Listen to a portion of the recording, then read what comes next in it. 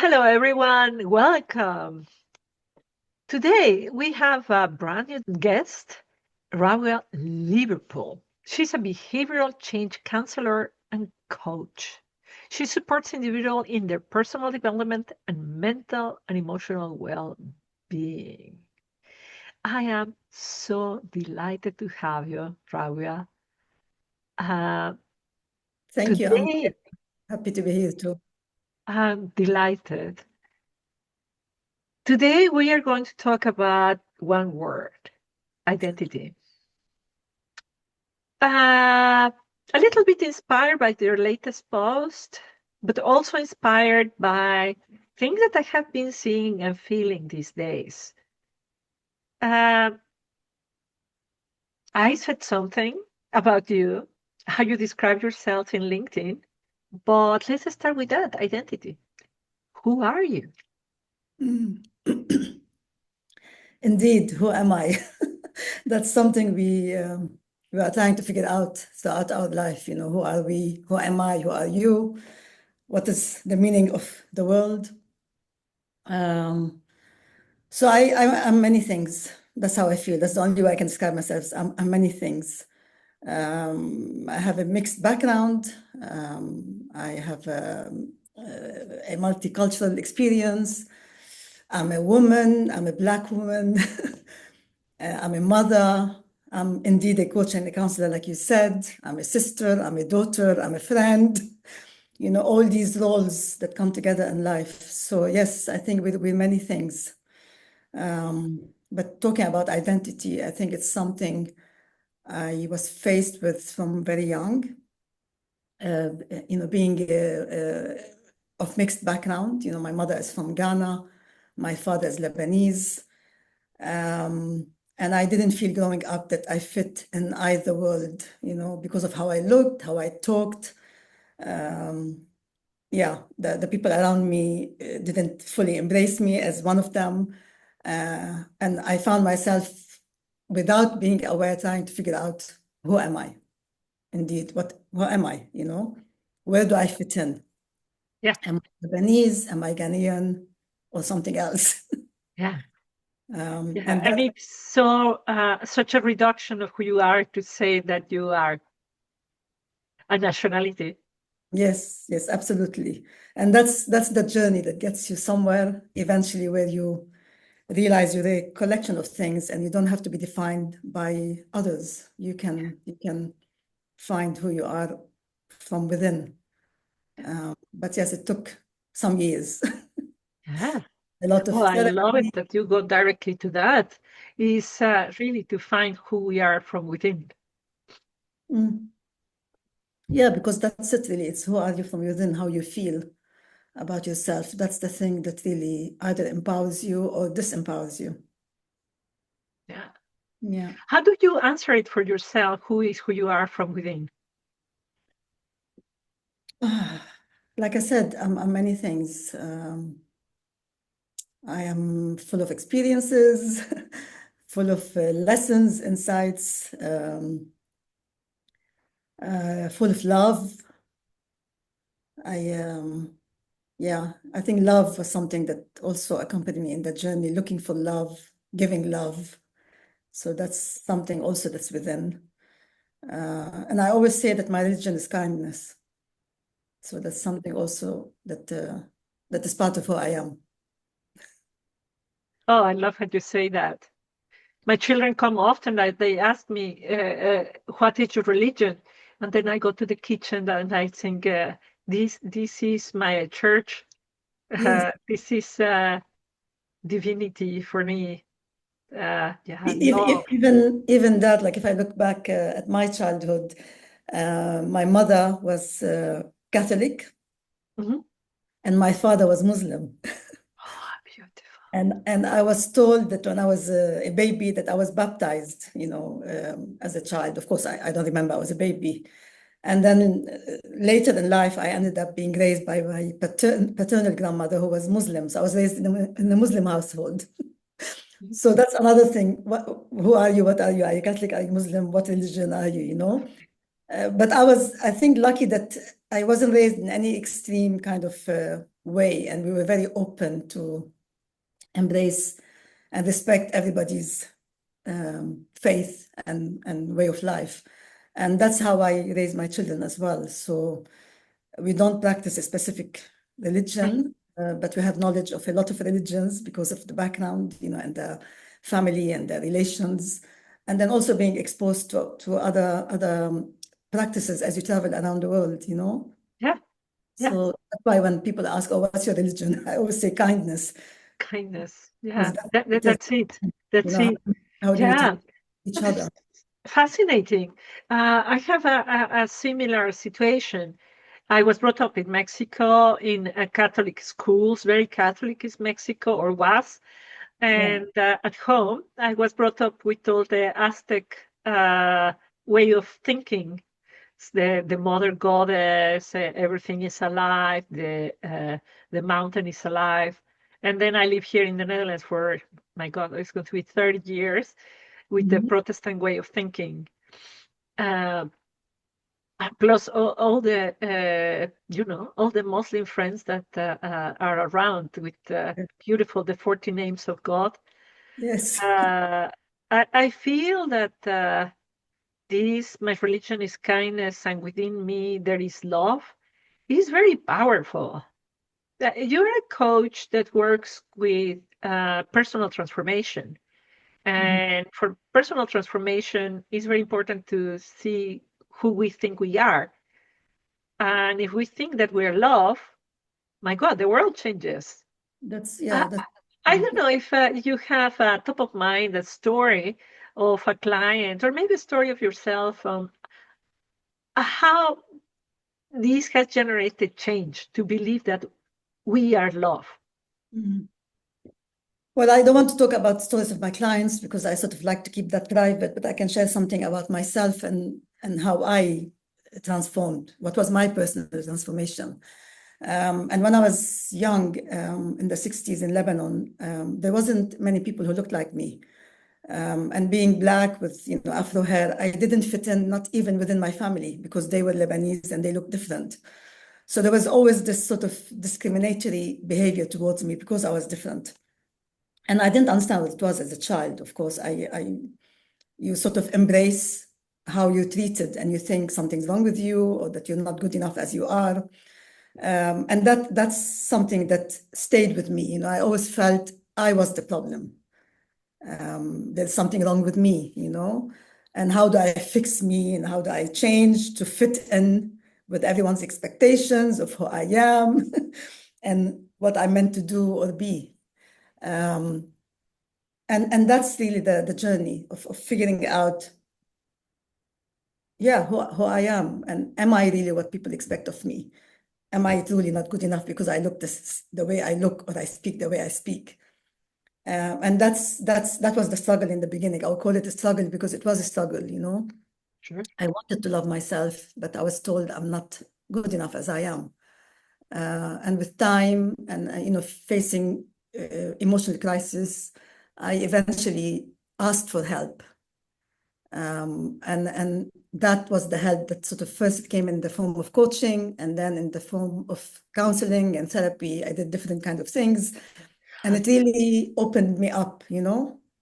Let me ask you, Yeah, what led you to ask for help? Because I see in the world yeah, many people suffering, and they yeah, just keep suffering, and they yes, keep suffering, and they keep digging themselves into darkness and darkness, and I'm not good enough, I cannot do it, and creating all kind of heaven on, sorry, hell on earth. yeah. But they don't ask for help. Yeah, that's What correct. moved It's a you very, to it's a ask for very help? difficult thing. I also observe for people to take that step and ask for help. It's like we're associated with failing or being weak, when actually asking for help, I think, is a really courageous step.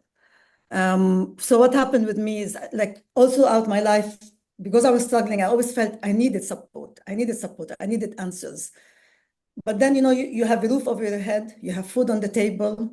I sort of thought, what is the problem? What am I gonna go and ask for? I have everything I need. Why like, you sort of think, are you being spoiled or acting privileged? You know what I mean? Yes. You somehow deny yourself that access to support. So for the long time, I felt that I needed support, but I didn't ask for it because I thought, oh, I'm being, needy. Yes. What do I need? I have everything, around me. Why do I feel the way I feel? And then in my 30s, I really hit depression. And I was a mother and I had two kids.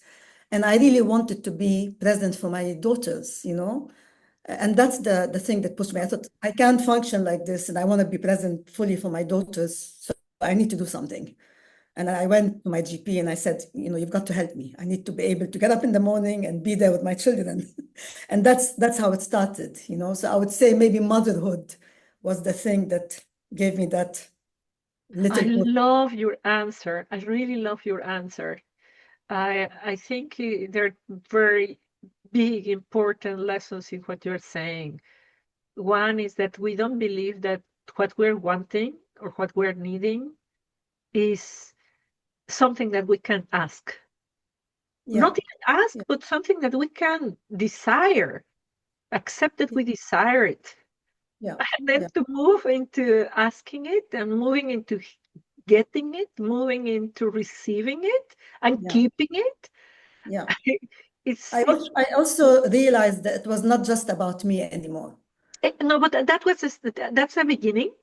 The Yes. beginning is to the awareness that you need, the acceptance that you need, the courage to ask for it. Hmm. Yeah. And the second point is that when life is not just about me, is when Hmm. we're there. When Yeah. life is about Yeah. somebody you deeply love. Because So it's a message powerful. I also like often like share is that our mental health and emotional well-being impacts us, but it also impacts everybody around us. Yes, So for me to be able to give to others, I need to be able to give first to myself in order to open up and be available to someone else. So you realize, yeah, to fulfill your roles in life fully, it's important that you ask for what you need if you're struggling with something. beautiful, Yeah, beautiful.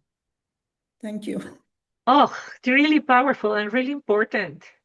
And I think this is a great reason why mother being a mother heals oneself.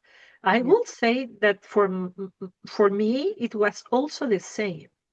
yeah. I had a lot of childhood trauma, and Hmm. first I was being Hulk. I was hurting everybody. I was enacting trauma, and then I was chasing healing, like Yeah, heal me, heal me, heal me, heal me, and I never okay.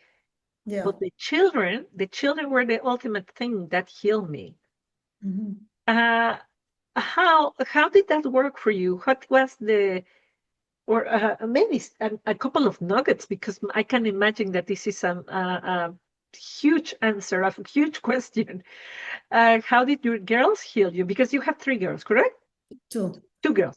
Yeah. How did they heal you?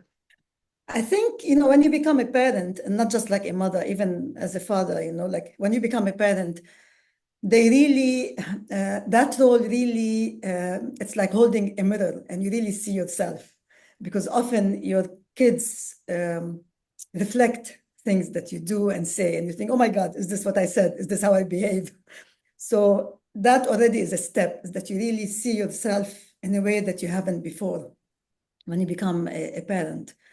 Um, and then, yeah, I really wanted, like, I remembered my, like unconsciously, I remembered certain things from my childhood that were painful. And I thought, I don't want that for my children. So how do I, as a mother, ensure that my kids have a more happy experience in their childhood than mine? And these were the questions that started for me to sort of yeah, reflect. How do I do it? And especially that I don't feel I had really good role models of how it is. I didn't grow up with my mother. My father was present half of the time. And it's circumstantial. They've done the best they could Yeah, with what was available to them. So it's not like, blaming them for anything. sure. It's more understanding I didn't have something to look to and say, oh, this is how it's done. So I remember reading a lot of books to understand how how do you do it in a good way and avoid the pitfalls. But of course, you can't avoid the pitfalls. We do make mistakes, and we learn from the mistakes, and we correct, and Yeah. um, so yeah, I think in that way, I think being a mother, certain experiences bring your own childhood trauma to the surface. And if you're not careful, you could pass it on to your children. But if you stop and say, something's happening here, what does it mean? Can I explore it deeper and figure out what it is? Then you can heal and hopefully not pass something on. And I'm grateful that I had this inquisitive, curious mind that always asked, what is there for me to learn here? Does everyone in this role feel the same way as me? Like I would go to mother groups and I would talk to other mothers to sort of say, do they feel the same way? And I realized, no, my experience is unique to me. So what is different about my experience that makes me feel this way versus that way, you know? Yeah. And it's that exploration that really step by step led me from one thing to the next, to the next, to the next, you know? Yeah. Yeah. And I feel the under this conversation we come back to identity. It's Yes, not my experience, but who I am in this moment is different from who I was. yes, I yes, that's experience that with my kids, and as they grow, as they mirror different parts of who I am. Like mine are teenagers, yours are really enter into motherhood. mm, Uh, really different situations. yes. Uh, how are you becoming? How do you experience that process of becoming from, I don't know, from pregnancy and babyhood and this?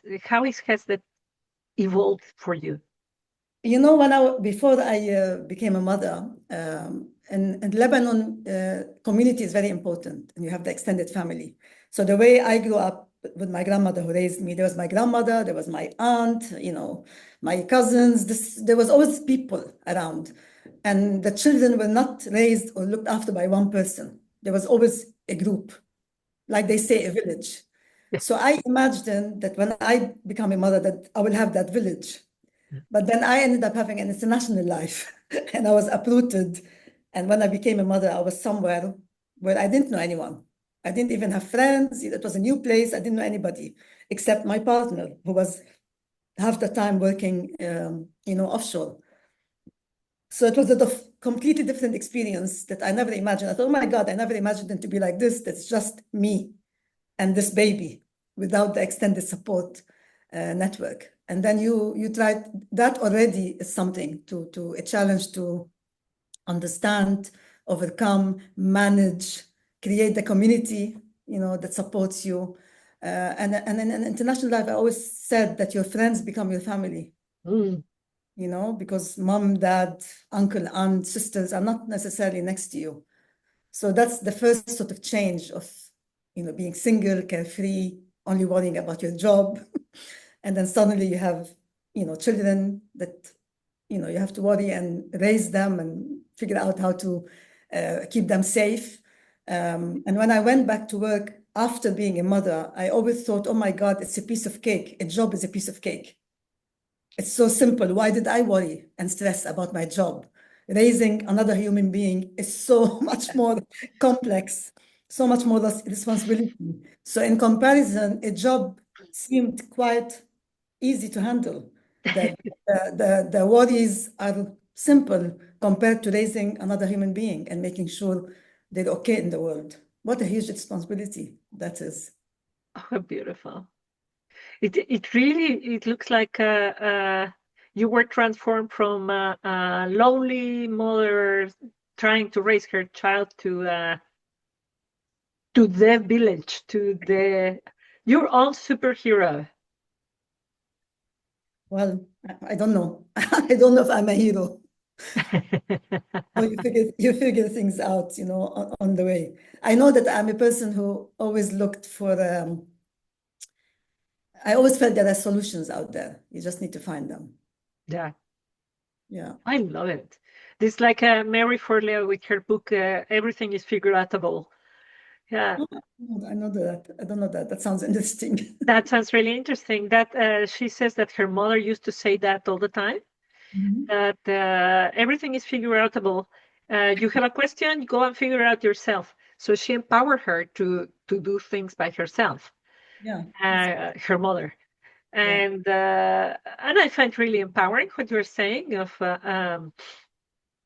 yeah, the solutions are out there, and then by having the question, exploring, you become somebody else every yeah, time that you go through that process of inquiry. yeah. Is And even now that I've become a grandmother, you know, even that yet another role of understanding what it is, what does it involve, how do I support but not interfere too much. So yeah, life, I think with all the time changing, things are happening and we change with them. The world around us changes and you sort of change with it, you know. There's an amount of flexibility, adaptability, you know, that we need as we go on in life. yeah. So how does that you tell me the story from childhood to feel very different and separate, and Yeah. now you are the, well, you could say the matriarch of your family because now you're the grandma. The things play very different from being the little child in that situation to now being the, I don't know, matriarch. I like that word, but I hope you that also inspires you and gets you in that world. Uh, how what would you tell to your younger self if you were going to meet her? What advice or what would you Mm. tell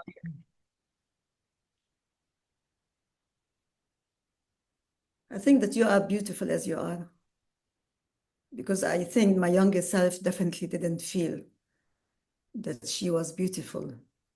And I don't mean beauty only on the external, you know, even inside. Um, that, yeah, I would say that you are beautiful as you are. Don't change anything. You know, don't change anything. I mean, like about me, because I was trying so much to change to fit with the descriptions, with the expectations, when you? actually my essence was great as I am, you know. So in a way, it's not that I found somebody new. I came back to myself Beautiful. in the journey of, you know, figuring out things. I came back to myself, to who I was meant to be when I was born, my essence as a child, you know, that purity, that innocence, that zest for life, that curiosity that sometimes certain circumstances really suppress and stifle in us.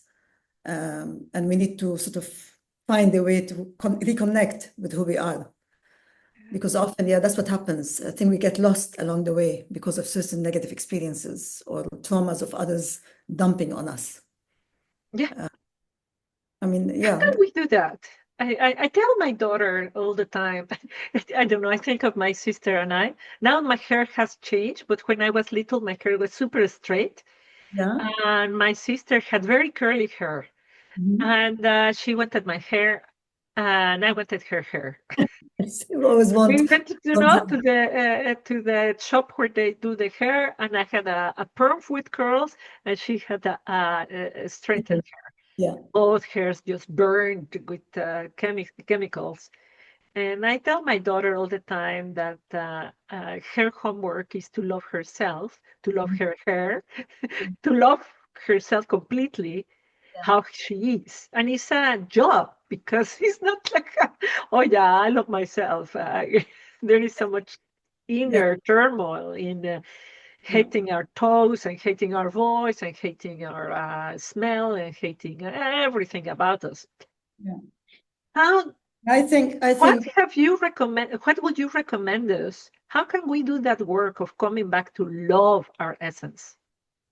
I just wanted to add something to what you shared, which is really uh, I value and it's important because, like I started, that I really wanted my children to have a different experience compared to my childhood. And then I realized that really, if I want my children to love themselves, I need to show them by example. So I need to start to figure out how I love myself first. Because I really wanted them to have a high self-esteem, self-confidence, and I noticed that I'm not getting there. And I was thinking, why? And then I realized, how can I show my children something I'm not practicing myself? So instead of telling them, love yourself, I want to show them how it is to love yourself, how it is to self-care, you know? And that's really what's helpful to demonstrate that concept Yeah. to our children. But then how do you do that? By, working on myself. I did, like I said, I did coaching, I did therapy. That's why I think it's a gift. When you do that, it's a gift. It's not indulgent. It's a gift, not just to yourself, but everyone around you. Because by healing my traumas, I stopped myself from passing it on, and I was able to inhabit who I am and be myself. And they see that. And that's the example they see and follow. That's the role model that Yeah. they want to, yeah, embody, so to speak. Uh, some of the people in the audience, I can imagine that are not parents. Yeah. Why should they, if they don't have to give that example, why should they also work in their well-being? How should they also fall in love with who they are? Well, we don't exist alone, Blanca. We are relational people. And often our challenges come up in relation. So whether you're with a partner, with a friend, with a colleague at work, these patterns that are from the past that are troublesome will come out in our relationships with people around us. So you don't have to become a parent to be in a relationship, and from the beginning, friendships, colleagues, teachers, your siblings, even within your family, all that already can show you if there are things that need to be addressed. And often it's easier for people to blame others and not take responsibility for their own actions. But if you stop and say, hey, what is the part I'm bringing to this? Can I reflect on that as well? So that's why working ourselves is helpful. It's helpful really in every way in our existence. So I don't know if that answers your question. That we Yeah, don't. no, I really want to bring that to the surface because it's not just for us, it's not just for our children, but it's really for the future, for peace, for it's not just to make more money, it's not just to feel happier, but Yeah, it really has ripples that we cannot even imagine. yeah. I mean, you can see in the world at the moment. I don't want to go into politics, but just to mention that I you can see agree leaders with you. who have not healed Yeah, what they're doing and inflicting on the world. yeah, I yeah, wish I wish a lot of those leaders would go and heal themselves and then lead. yeah, yeah, absolutely. Yeah. Yeah, yeah. So, what, I mean, of course, you're giving a very important answer of go and ask for help. And coaching and therapy are very good ideas. Mm. What else could a person do when they started to realize, hey, I'm carrying a programming that is not really. Yeah. I mean, the first thing I did is read books. Like I searched for answers through reading. And I was young before the internet, huh? So it wasn't at my fingertips, the information. So I would go to a library, I would go to a bookshop, and I would search for whatever topic I was seeking answers to. For, let's say, I felt, oh, my self-esteem is low. So I would look for books to do self-esteem, and I would read and gather knowledge in order to understand what's going on for me. And then the next thing I remember doing is attending, especially much later in life when uh, psychology and mental health became more of a subject that people talk about. Because when I was young, nobody talked about that. It was a taboo subject. So if you struggled, you kept it secret because, people saw it as something shameful. While now we're open to talking about things. So there's a lot of workshops that you can attend, events that you can attend. And often they're free. It's not necessarily that you have to pay to self-develop yourself, to open up your mind and grow. So it's not, therapy came like last. I sort of did a lot of these things first and then continued. And also, talking to trusted friends, people who have been through the path you've been on. Let's say when I became a mother and I was experiencing sort of certain things, I talked to other mothers who were older than me and have done it before, to understand, oh, did you feel this way? Were you anxious? Did you experience that? Yeah. So also talking to trusted people around you and sharing. I always say sharing is caring. Yeah. Yeah. It also Absolutely. helps. You learn a lot through having a community of trusted people around you and talking. And hopefully, if you have parents as well with whom you have a good relationship, they can also be helpful, to open up with them and talk if you have a community and family around you. Yeah. So there are many ways. It doesn't have to be always therapy, and therapy is not always necessarily needed. Um, but yeah, coaching, self-developing yourself. Like for example, I remember struggling with public speaking when I was younger. I couldn't have done this podcast with This you conversation. Yeah. 20 years ago. And I didn't understand what it was, and I was searching for ways to improve, and deal with the anxiety and fear, not knowing that the root cause of it was trauma. So I started with like attending certain, I don't know, workshops around public speaking, tips, which helped to a certain extent. But what helped really deeper is when I realized that the source is trauma and actually dealing with the trauma. So things like that, when you are struggling with something, think, what can help me? What can I do to improve it? We don't need to sit with that struggle and just accept it as unchangeable, because there is something we can do. But not just sit with that struggle. There is something that you can do. I really love that. I remember, I've been working in self-development for years and years and years. And I always, at the beginning, I really always thought that I was all alone. Yeah. Nobody had the most horrible family as I had, with a lot of shame and guilt, and like my father, worst father in the world, my mother, the worst mother in the world, and their parents and the uncle, and my family was the worst in the world. Yes, yes. And how did you And, discover? and as I started daring to talk to people about it, I discovered that that was not true. That Yeah, it was just my father, just my mother. I discovered that ultimately, until today, I yeah, discovered it really is a human condition. That previous generation did the best that they could, mhm, and it is a new time. It's a time to talk differently, to create differently, to build different relationships. Is a time for creating something new and beautiful. yeah. And talking about these things does, like it sounds easy, but it does take an amount of courage because you are being vulnerable and you have no idea how that vulnerability will be treated.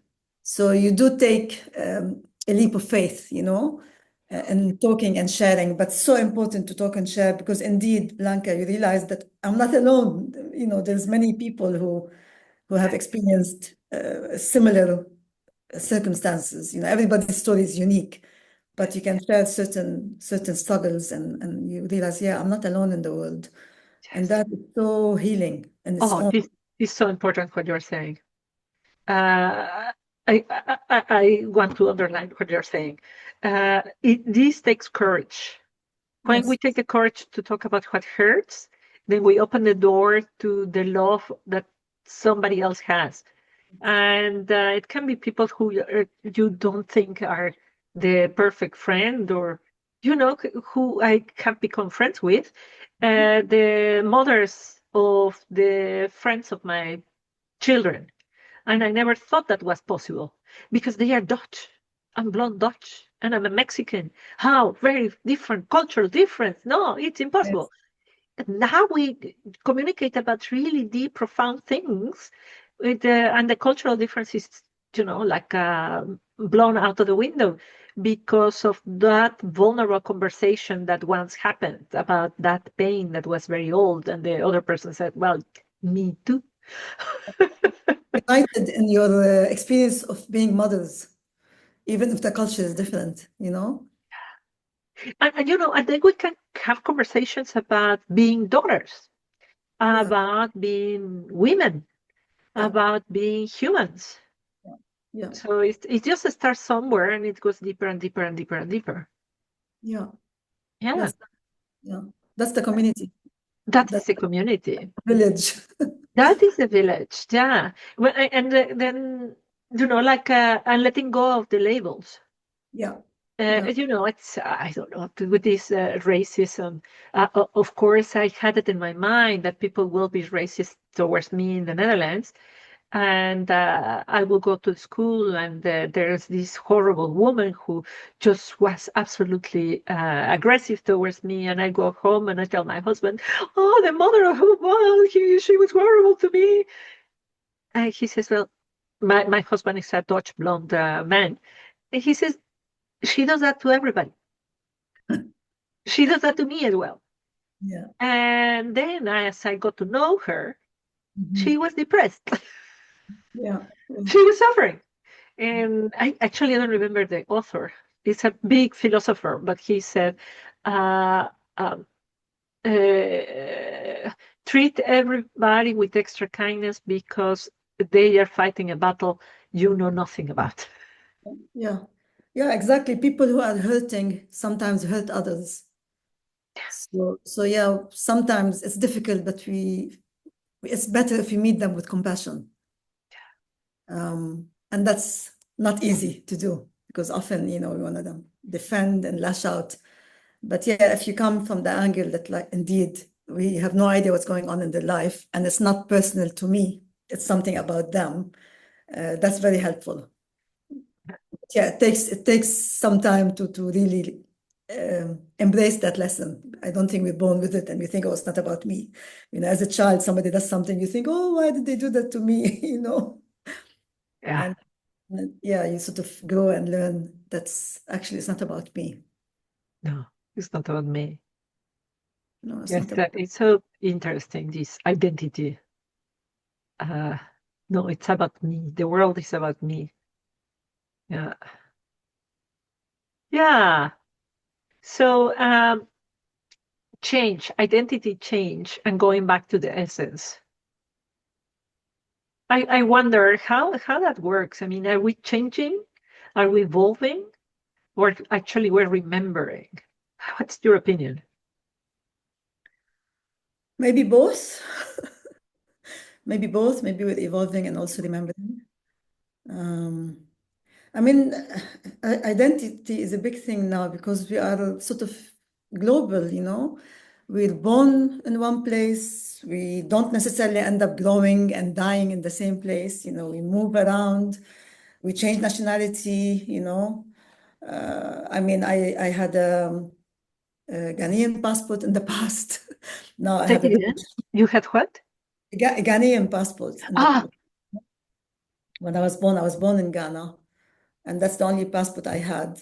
And then I came to the UK when I was 19, um, thinking I'll just come for the study and then go back. And then I ended up never leaving.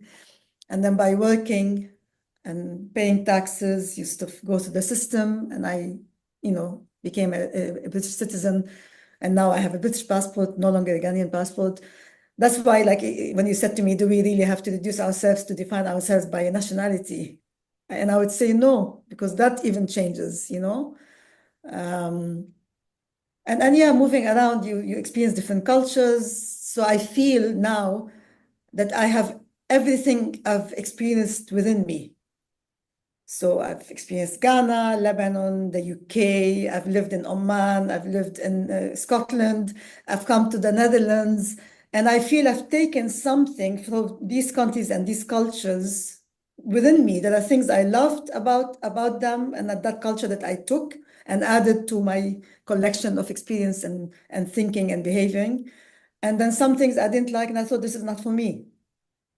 So yeah, we become a collection of everything. I couldn't deny all those experiences. They are part of me and who I am today, which was not the same 20 years ago or 30 years ago. I'm not the same person I was when I was 16. Yes, some things were the same, but many things are not. experience has changed me, you know? So I think, yes, we do evolve and we have to remember where we came from. Where did we begin and where we are now? That memory is also essential and important.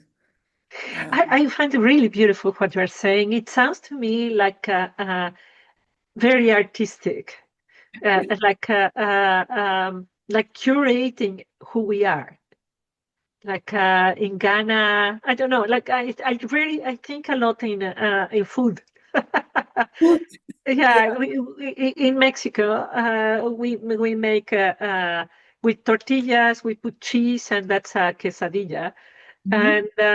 And we started doing that and taking it to school. And now all the neighborhood children, the families are doing the same thing, and they do not know that it's Mexican. They just do it, Yes, yes. and So now the, it's part of their habits. yeah, And I think we are a kaleidoscope of all that process of I take this, I let go of that. I take this, I let go of that. Oh, these two things, they fit together. yeah, And we create yeah, a curated collection of what we think is beautiful of who we want to be, the yeah, courage that we use that worked to respond to somebody, the patience that we had to be yeah, silent in that circumstance, and then that is you. yeah, But then essentially, that's also you. So yeah, then there are two contradictions: the creation of everything, all experiences, and who you essentially are, yeah, and these two are dancing. yeah, yeah, absolutely. You're not losing who you are. You're not, like, some things change, but you don't lose your essence, you know, that goes with you. And yes, all those experiences, like, you know, when you're telling me about now everybody's doing these special food from Mexico, I think how beautiful that they've experienced that through you and they've known something that they wouldn't have known before. Isn't that great? Oh, I love that. I wouldn't have known what bitterballen were until I came to the Netherlands.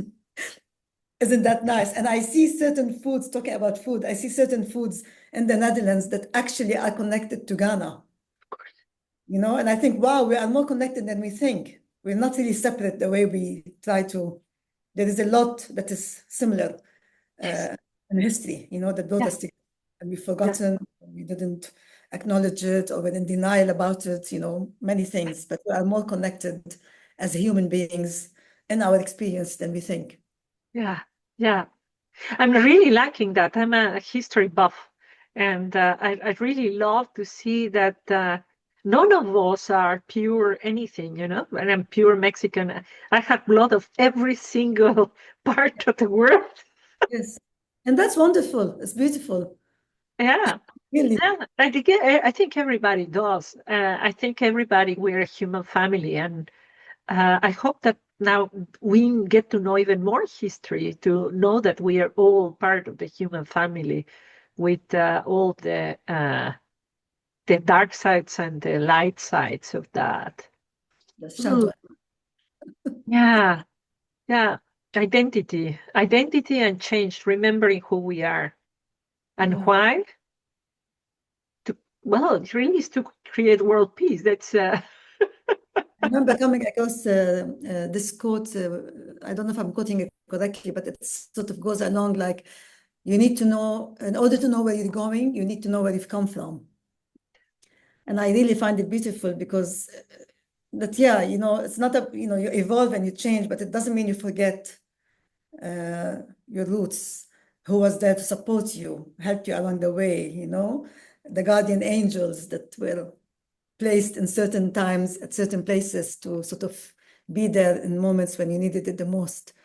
Um, yeah, so I love that quote. I don't know why I think, oh, yes, there's truth in that, you know, to know where so I'm going, important. you know. You know, I always So, think the past links to the present, links to the future.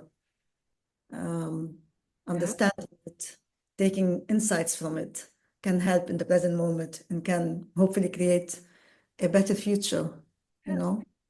yeah, Yeah. yeah. Yeah, could you would you like to elaborate on why? I mean, the, the work that you do, the work that I do, is just, I find it so important to help people to come back to their essence and build, embody that essence to create a beautiful life for themselves.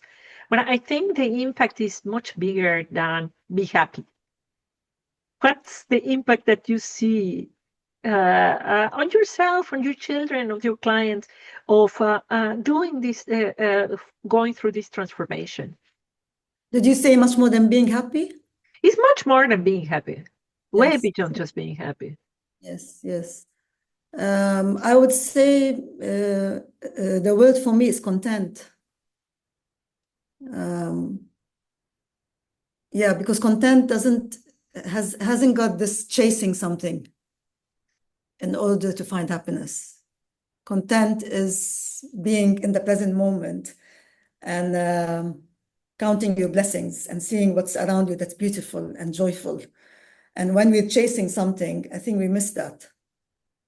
Um, so yeah, it's just being content, looking at where you are, what is beautiful, what is helpful, what is useful in the moment, and using that ammunition to go forward. I love So it. so I don't feel like because we're struggling that there's nothing helpful within us. So sometimes working with somebody is reminding them of what is already here that is helpful to them, that is positive, that's great. Because sometimes when we think, oh, something's wrong with us, we really think that there's nothing positive. We don't see the beautiful stuff that is already there. So the starting point is to really look at yourself and see how much there is already within you that is positive, that's helpful, that's great, that's beautiful, depending on people's cases, what it is that they're struggling with. And that's really what helped me in my journey when I was with therapists, is to really notice and observe, wow, this is me. I never saw me in that way, to start in a place where you don't see that, oh, something's wrong with me, because actually there's nothing wrong. We're not broken, we're not damaged. We lost our way for the moment, and we're sort of finding the path again. Yeah, yeah, yeah. Oh, it's like so much this because oh my God, there are so many ways we can go about it. One of the thoughts that you gave me was like, oh, contentment. What society says is that's bad because that leads to mediocrity. And I was thinking, oh, yeah, yeah, and this chase, this greed, Maybe the they define guilt for not being good enough, and I think they define that contentment leads wrong. to burnout. That leads to yes, No, I think they define content wrongly, because content doesn't mean that you have no aspirations or wishes or desires or wanting to grow and develop. It's different, It's not, yeah, it's not mediocrity. I wouldn't agree. yeah, yeah, yeah, yeah, yeah, yeah. I think this is so important that people would understand because the hustle culture is just so big, and the idea of you can do it, go for it, and just another bit more, and Yeah, particularly feel that that's a lot of targeted towards women that just do more, do more, do more. And the idea of being more and being in this world of contentment, embodying the perfection of the moment is something that hasn't been understood. So it's very good that you yeah, brought that. yeah. Absolutely. So so I would love to continue talking. The time is limited, and I would like to close the conversation on a high. So I would like you to connect with your own intuition and feel of the conversation that we're having, of the people who are listening. What is the last thing that you want to leave them with? What do they need to hear?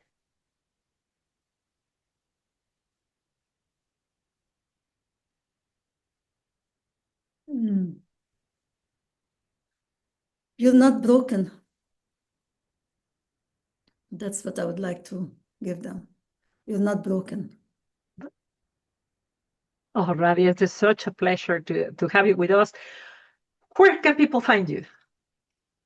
Oh, God, on LinkedIn, under my name, Rawia Liverpool, and my website is recipesforchange.com. Lovely. Thank you very much, Rawia. Thank you very much, everybody, for being here. Have a wonderful week. Thank you, you too. Bye.